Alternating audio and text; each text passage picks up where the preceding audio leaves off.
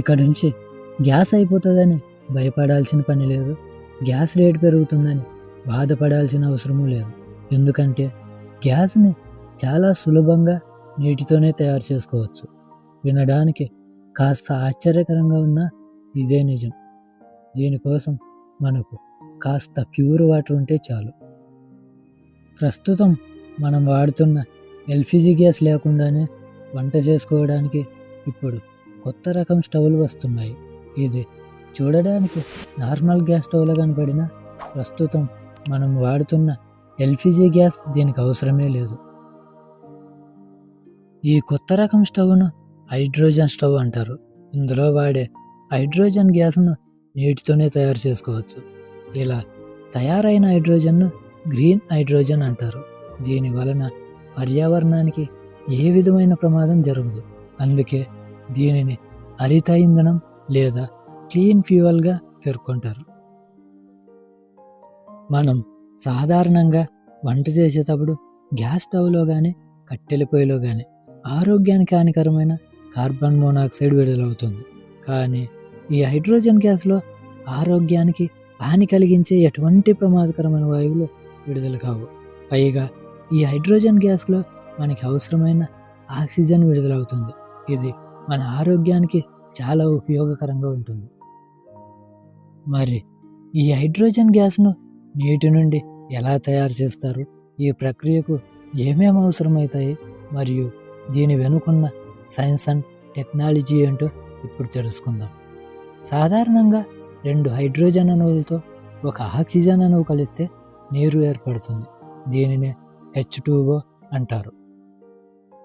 ఇదే ప్రకారంగా నీటి అణువులను విడగొట్టినట్లయితే ఆ నీటి నుండి ఒక భాగం ఆక్సిజన్, 2 భాగాలు హైడ్రోజన్ విడుదలవుతుంది. ఇలా విడుదలయ్యే హైడ్రోజన్నే గ్రీన్ హైడ్రోజన్ అంటారు. అలా నీటి నుండి ఆక్సిజన్ మరియు హైడ్రోజన్ను విడగొట్టే ప్రక్రియను ఎలక్ట్రోలసిస్ అంటారు. ఇలా ఎలక్ట్రోలసిస్ పద్ధతిలో విడుదలైన హైడ్రోజన్ గ్యాస్నే మనం వంట చేసుకోవడానికి ఉపయోగిస్తాం. ప్రస్తుతం ఈ గ్రీన్ హైడ్రోజన్ ఉత్పత్తి చేస్తున్న గ్రీన్ వాయిస్ కంపెనీ వివరాల మేరకు ఒక యూనిట్ విద్యుత్తుతో 100 ml నీటి నుండి 6 గంటలు వంట చేసుకోగల హైడ్రోజన్ గ్యాస్ ఉత్పత్తి అవుతుంది. కాబట్టి దీనికి భారీగా నీరు కూడా అవసరం లేదు. ఇక ఈ హైడ్రోజన్ గ్యాస్ తయారీకి కూడా విద్యుత్ అవసరమైతే ఇక దీని బదులు ఎలక్ట్రిక్ స్టవ్ వాడవచ్చుగా అని కొంతమంది అనుకోవచ్చు. కానీ ఈ ఎలక్ట్రిక్ స్టవ్లో ఒక యూనిట్ విద్యుత్తుకి 30 నిమిషాలు మాత్రమే వంట చేసుకోవచ్చు. కానీ ఈ గ్రీన్ హైడ్రోజన్ స్టవ్లో ఒక యూనిట్ విద్యుత్తుకు దాదాపు 6 గంటలు వంట చేసుకోగల గ్యాస్ ఉత్పత్తి అవుతుంది. కాబట్టి తక్కువ విద్యుత్తుతో ఎక్కువ గ్యాస్ ఉత్పత్తి చేసుకోవచ్చు. ఈ హైడ్రోజన్ గ్యాస్ అయిపోతుందేమో అనే భయమే లేదు.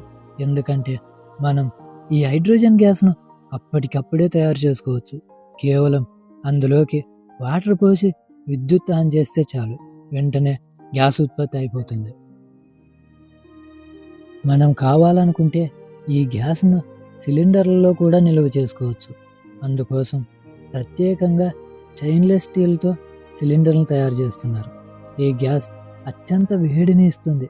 కాబట్టి దీనిని సాధారణ సిలిండర్లో కాకుండా స్టెయిన్లెస్ స్టీల్ సిలిండర్లలోనే నిల్వ చేయాలి.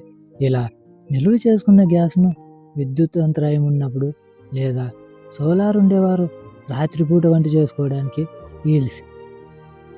ఈ సిలిండర్లో ఉన్న గ్యాస్ను ఉపయోగించుకోవచ్చు.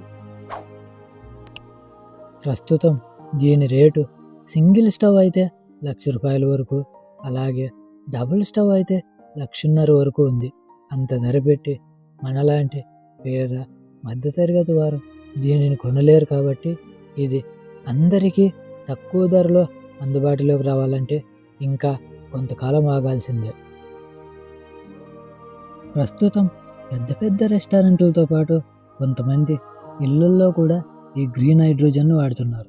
దీనిపై మరిన్ని ప్రయోగాలు చేసి భవిష్యత్తులో అందరికీ అందుబాటులోకి వచ్చేలా చేయడంతో పాటు అందులో ఉన్న కొన్ని లోపాలను సరిచేస్తామని కంపెనీలు చెబుతున్నాయి.